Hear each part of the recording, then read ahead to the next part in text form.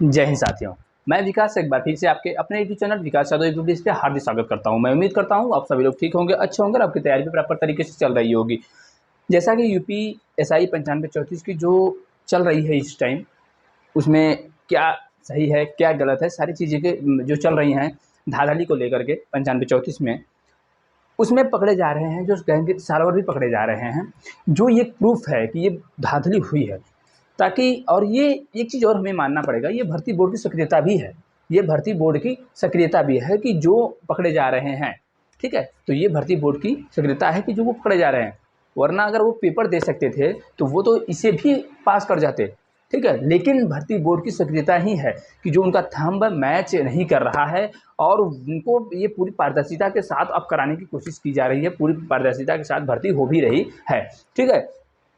तो अब जो मैं बात करने वाला हूँ, जो यूपीएससी 9534 का रनिंग अपडेट क्या है, 80% पास हो रहे हैं स्टूडेंट, सेकेंड लिस्ट की क्या चांसेस है, ठीक है? तो सबको तो सबसे पहले मैं बता देता हूँ, जब पहले एक मैंने वीडियो बनाया तो उसमें लोगों को ये लग रहा था, जब मैंने बताया कि इतने स्टूडेंट पास हो रहे हैं तो सबको ये लग रहा था कि इसमें गर्ल्स हैं और एक्स सर्विसमैन आर्मी वाले लोग हैं, तो वो सिर्फ क्वालिफाई कर रहे हैं। लेकिन अब तो ये स्टार्ट हो गया है कॉमन बच्चों का भी, अब तो कॉमन स्टूडेंट रनिंग के लिए बुलाए जा रहे हैं, जो उनका DBPST हो रहा है और जो अब रनिंग शुरू हुई है, ठीक है? ऐसा तो नहीं ना है कि अभी तो पूरे वहीं स्टूडेंट चल रहे हैं।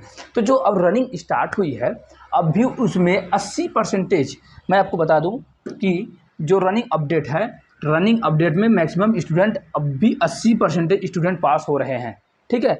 उसमें मैं मान रहा हूँ कि महिलाएं हैं, एक्स सर्विसमैन हैं, तो क्या वो सर आपकी भर्ती से बाहर हैं? वो भी तो 9534 में ही हैं, वो तो 9534 के अंतर्गत ही आते हैं। वो भी तो जो 36,000 क्वालिफाई किए हैं लड़के, 36,000 के आसपास हैं, उसमें ही तो वो भी आ रहे हैं। तो क्या एक्स सर्विसमैन से आप खराब दौड़ेंगे? वो तो 18 साल 20 साल नौकरी करके आए हैं, तब भी वो इतना बेहतर रनिंग कर रहे हैं। तो जो यहाँ कंटिन्यू जो अपनी रनिंग की तैयारी कर रहा था स्टूडेंट, वो तो और बेहतर कोशिश करेगा दौड़ने की, वो तो और पूरी जी जान लगा के दौड़ेगा। तो क्या वो बाहर होगा? नहीं होगा बाहर। तो 80% छात्र पास हो रहे हैं रनिंग में, इस चीज़ को आप जान लीजिए। और जिनको ये लग रहा है कि ये गलत है, आप अगर आपके कोई भी साथी, ठीक है, अगर कोई भी रिलेटिव अगर हैं कि जहाँ जहाँ रनिंग हो रही है, जैसे लखनऊ, गोरखपुर, प्रयागराज जैसे स्थानों पर जहाँ रनिंग हो रही है, आप वहाँ पे पता कर लीजिए कि लिस्ट मंगा लीजिए कि देख लीजिए कि कितने स्टूडेंट बाहर हो रहे हैं और कितने पास हो रहे हैं। वो सारा प्रूफ हो जाएगा आपके साथ, ठीक है? तो आप इस चीज़ को नकारेंगे नहीं। स्टूडेंट पास हो रहे हैं, जिन्होंने मेहनत किया है वो रनिंग भी पास हो रहे हैं मैक्सिमम स्टूडेंट।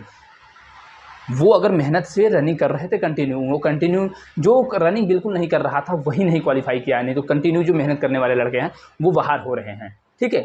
जो कंटिन्यू रनिंग कर रहे थे, सॉरी, जो कंटिन्यू रनिंग कर रहे थे वो बिल्कुल अचीव कर ले रहे हैं, अब वो रनिंग को क्लियर कर ले रहे हैं।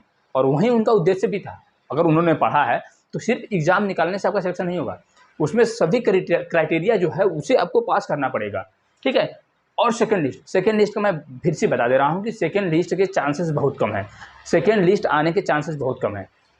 या तो जो धांधली की वजह से अगर मैक्सिमम लड़के होंगे, धांधली में अगर मैक्सिमम लड़के अगर इसी तरीके से पकड़े जा रहे हैं कंटिन्यू, अगर डेली पकड़े जाते हैं और सही तरीके से जो जांच चल रही है, बिल्कुल पारदर्शिता के साथ जांच चल रही है, अगर जांच में अधिकतर लोग पाए गए तो सेकंड लिस्ट आने की हो सकती है चांसेस हो, लेकिन सेकंड लिस्ट आने के चांसेस बहुत कम है, ठीक है? क्योंकि इतने जितने बुलाए गए हैं स्टूडेंट, उतने से ही उसको भर्ती बोर्ड को पर्याप्त स्टूडेंट मिल जाएंगे final cut off, final medical के लिए, फाइनल सिलेक्शन के लिए, ठीक है? तो सेकंड लिस्ट आने के चांसेस होंगे वह उसी कंडीशन पे होंगे जब मैक्सिमम लोग बाहर होंगे, जब जांच के उपरांत अधिकतर लोग या तो एब्सेंट हो जाएंगे, DBPST रनिंग में एब्सेंट होंगे, या तो वो अगर जांच होगी तो बिल्कुल अगर गलत तरीके के हैं तो जाएंगे ही नहीं।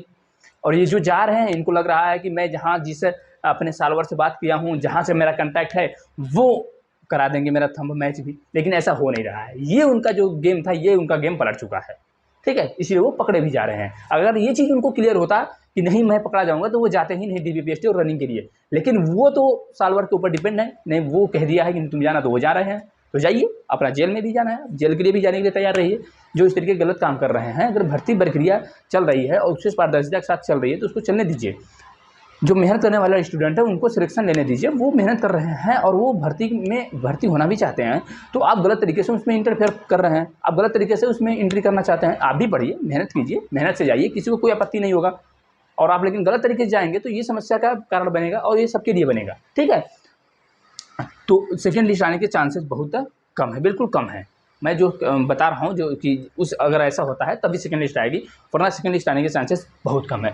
तो ये रहा रनिंग अपडेट, आज का अपडेट है। आज का रनिंग अपडेट जो मैं यहाँ पता किया हूँ, जो मेरे साथी हैं और भी, ठीक है, उनसे मैं पता किया हूँ, तो वो सारी चीज़ें बता रहे हैं कि किस तरीके से कितने, ठीक है। तो आप इस चीज़ को ध्यान में रखें, धैर्य रखें और अगले एग्ज़ाम की अपनी तैयारी करते रहें। जो अब जैसे एक लेखपाल का आ चुका है, आपका लेखपाल का जो परसेंटाइल कट ऑफ था पेट के लिए वो आ चुका है, तो आप अगर लेखपाल के लिए अगर भरे हुए हैं, फॉर्म को अप्लाई किए हुए हैं, तो लेखपाल की आप तैयारी कंटिन्यू करते रहिए, क्योंकि उसके पेपर में भी काफ़ी कम दिन बचे हुए हैं। ठीक है, धन्यवाद साथियों।